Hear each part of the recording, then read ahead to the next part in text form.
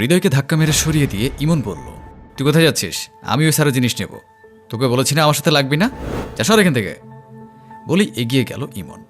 হৃদয় দাঁড়িয়ে আছে। হৃদয় 15 থেকে 16 বছর বয়সের একটা কিশোর, কিন্তু তাকে কাজ করে খেতে হয়। পাশ থেকে হৃদয়কে ডাকলো মিসেস রেহানা। এছাড়া এদিকে আসো। হৃদয় এগিয়ে গেল মিসেস রেহানার কাছে।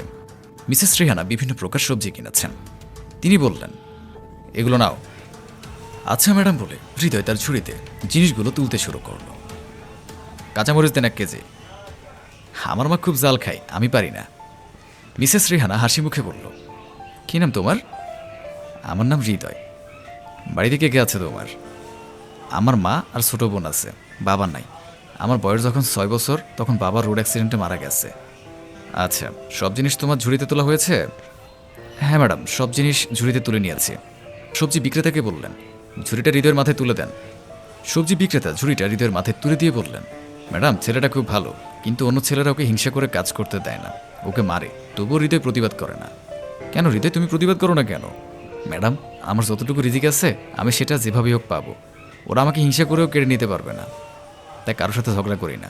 আমার মা বলছে ঝগড়া করা ভালো না। খুব ভালো, আচ্ছা চলো। বলে দুজন যেতে শুরু করলো।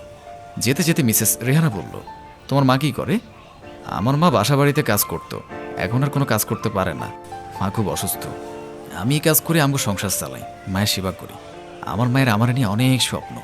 তোমাদের অনেক কষ্ট হয় তাই না? হ্যাঁ ম্যাডাম, কষ্ট হয়, কিন্তু চইলা যায়। আল্লাহ যাগো যেমনে চালায় তাগো তেমনি চইলা যায়। কারো অনেক ভালো চলে, কারো খারাপ চলে। আমগো কষ্ট করে খারাপভাবেই কাটে।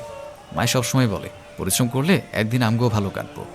মিসেস রেহানা বললেন, তা ঠিক, তোমার মা ঠিকই বলেছে। আচ্ছা, তোমার মায়ের কি হয়েছে?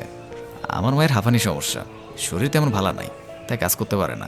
বাবা চলে যাওয়ানোর পর থেকে মা আস্তে আস্তে কেমন জানি হয়ে গেল। ও আচ্ছা, আমি কিন্তু আর অনেক বাজার করব, তুমি নিতে পারবে তো? হ্যাঁ ম্যাডাম, পারবো না কেন? আমার শরীরে বল আছে। রমজান মাসে সবাই একটু বেশি বেশি করে বাজার করে। আমার মা কইছে বাজার করতে, আমিও মারে কইছি আমি কাল বাজার করব। রেহানা হৃদয়ের কথা শুনে হাসল। তারপর মিসেস রেহানা গেল একটা মুদির দোকানে।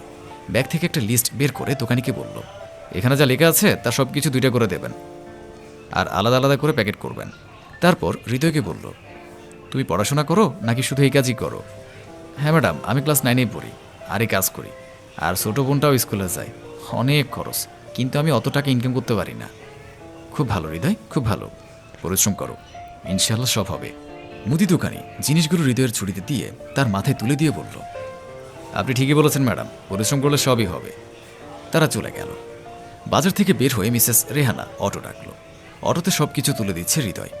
মুদি দোকান থেকে কেনা জিনিসের একটা ব্যাগ অটোতে তুলে অন্য ব্যাগটি তুলতে গেলে মিসেস রেহানা বললেন, না না, ওইটা দিও না। হৃদয় বলল, তাহলে কি এটা অটোর সামনে দেব?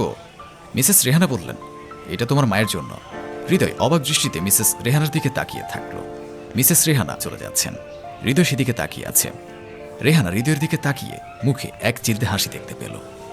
সবাইকে নিয়ে ভালো থাকা মানেই রমজানের প্রকৃত মনোভাব প্রকাশ হওয়া। সবার মাঝে খুশি ছড়িয়ে দিতে পারলে রমজান হয়ে ওঠে অর্থবহ।